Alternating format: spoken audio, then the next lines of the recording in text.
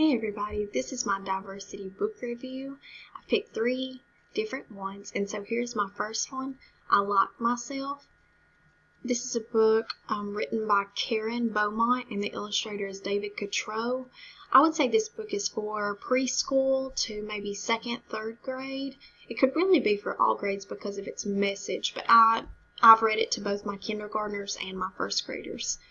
This story is all about a little girl who has figured out everything about herself, and she loves herself. She loves her fingers and her toes and her nose, and she realizes that everything about herself is so special, and I think that's important for kids to realize that too. This book, this is the cover, and here's one of the illustrations, and it kind of tells how she just wants to be herself, and that is all. And so I think it's important that kids realize that it is important to love themselves and what is on the inside. So for this book, what I would do, I would have students all a paper plate, because all the paper plates would look the same.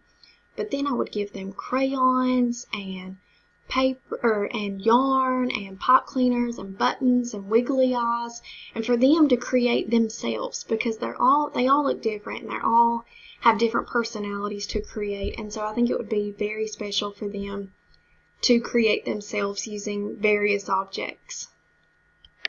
And then have them maybe a sentence stem, I like myself because, for the older kids they could write that sentence and then tell one reason why they love themselves.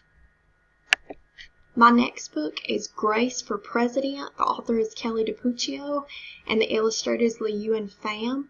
This book is for, I would say, I've used it actually in kindergarten and 1st grade for like election time and things like that. This book could be all the way up to 6th grade. I would use it in any elementary setting because of its message. I feel like this is a message for gender equality and also for race. It's about a little African American girl, Grace, and as you can see in the next illustration, her teacher shows her all of the past presidents, and she says, "Where are the girls?" We have no female president yet, and at this point there was actually not an African American president. And she sets up her campaign, and she does everything she can to win, and in the end she does win. And so she gets to be class president. For this story, I would have students present why and what they would do if they were to become president. Why do they want to become president? And have them make a poster. And we would hang them up around the classroom. And for the older students, we could actually vote on a class president. My last book is my favorite one. It is The Black Book of Colors. The author is Manina Cotton and the illustrator is Rosanna Faria. This book could be for all grades as well, so they could understand the message. And my activity is going to be based on like kindergarten through 3rd grade. But this message is also for any elementary grade level. It's from a blind boy's point of view. His name is Thomas.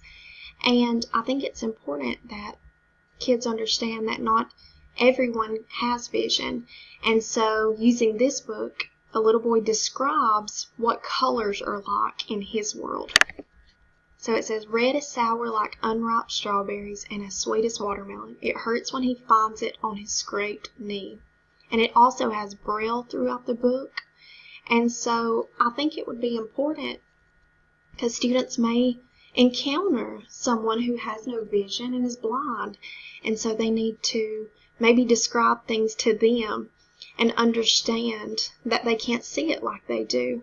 And so for this, I thought a fun activity would be to put hot glue dots on different index cards or cardstock and have students close their eyes and feel the picture that I have made with the hot glue dots, like maybe a sunshine, like if I did a circle of dots and then rays, and they would have to close their eyes and figure out it was a sunshine and think of different words to describe the sunshine if they couldn't see it, like maybe hot or summertime. And then After that, as an extension activity, maybe have them draw on each other's backs, or even actually bring up the Braille alphabet and have them read different letters in the alphabet with Braille.